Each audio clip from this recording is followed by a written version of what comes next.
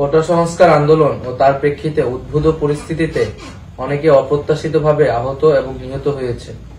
তাছাড়া রাষ্ট্রীয় স্থাপনায় অগ্নিসংযোগ সহ নানা সহিংস ঘটনা ঘটেছে। আমরা এই সকল অনাকাঙ্ক্ষিত ঘটনার তীব্র নিন্দা জানাই এবং সুষ্ঠু তদন্ত সাপেক্ষে দ্রুত বিচারের দাবি জানাচ্ছি। আমাদের প্রধান দাবি ছিল কোটার যৌক্তিক সংস্কার, যা ইতিমধ্যে সরকার পূরণ করেছেন। এখন শিক্ষার সুষ্ঠু পরিবেশ নিশ্চিত করার লক্ষ্যে দ্রুত শিক্ষা প্রতিষ্ঠান খুলে দেওয়ার জন্য সরকারের প্রতি জোর আহ্বান জানাই। সার্বিক স্বার্থে আমরা এই মুহূর্তে থেকে আমাদের কর্মসূচি প্রত্যাহার করছি। কোটা সংস্কার আন্দোলনের সব কর্মসূচি প্রত্যাহারের ঘোষণা দিয়েছেন বৈষম্য বিরোধী ছাত্র আন্দোলনের ৬ সমন্বয়ক। তারা হলেন মোহাম্মদ নাহিদ ইসলাম, মোহাম্মদ সার্জিস আলম, হাসনাত আবদুল্লাহ, মোহাম্মদ আবু বাকের মজুমদার, আসিফ মাহমুদ ও নুসরাত তাবাসসুম। ২৮ জুলাই রোববার রাতে ঢাকা মহানগর গোয়েন্দা পুলিশের সঙ্গে আলোচনা শেষে ডিবি কার্যালয় থেকে এক ভিডিও বার্তায় এ ঘোষণা দেন সমন্বয়ক মোহাম্মদ নাহিদ ইসলাম। এ সময় অন্য ৫ সমন্বয়ক তার সঙ্গে ছিলেন।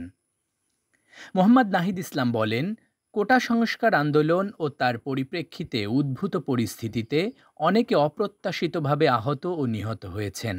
তাছাড়া রাষ্ট্রীয় স্থাপনায় অগ্নিসংযোগ সহ নানা সহিংস ঘটনা ঘটেছে।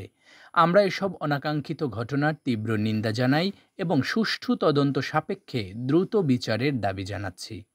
তিনি আরও বলেন, আমাদের প্রধান দাবি ছিল কোটার যৌক্তিক সংস্কার, যা ইতোমধ্যে সরকার পূরণ করেছে। এখন শিক্ষার সুষ্ঠু পরিবেশ নিশ্চিত করার লক্ষ্যে দ্রুত শিক্ষা প্রতিষ্ঠান খুলে দেওয়ার জন্য সরকারের প্রতি জোর আহ্বান জানাই। সার্বিক স্বার্থে আমরা এই মুহূর্ত থেকে আমাদের কর্মসূচি প্রত্যাহার করছি। এ বিষয়ে জানতে চাইলে বৈষম্য বিরোধী ছাত্র আন্দোলনের সমন্বয়ক আব্দুল কাদের বলেন, সমন্বয়কদের জিম্মি করে স্টেটমেন্ট নেওয়া হয়েছে। সমন্বয়করা ভয়ভীতির মুখে গোয়েন্দা সংস্থার লিখে দেওয়া বক্তব্য রিডিং পড়েছে। আমরা সেই বক্তব্য প্রত্যাখ্যান করছি এবং জোরপূর্বক বক্তব্য আদায় করার প্রতিবাদ জানাচ্ছি। আমাদের আন্দোলন চলবে। আরেক সমন্বয়ক আব্দুল হান্নান মাসুদ বলেন, ডিবি কার্যালয়ে সমন্বয়কদের ব্ল্যাকমেইল করে লিখিত বক্তব্য পাঠ করা হয়েছে। এই বিবৃতি আদায় ছাত্র সমাজ মেনে নেবে না। সহ সমন্বয়ক হাসিব আল ইসলাম বলেন, শহীদের রক্তের উপর দাঁড়িয়ে তারা কেন এমন সিদ্ধান্ত নিল আমরা জানি না। এমন সিদ্ধান্ত শোনার জন্য আমরা প্রস্তুত ছিলাম না।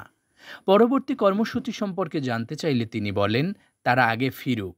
যেহেতু তারাই এই আন্দোলনের মূল শক্তি, তাদের সঙ্গে সবাই বসে আমরা জানতে পারব কী কারণ ছিল এর পেছনে।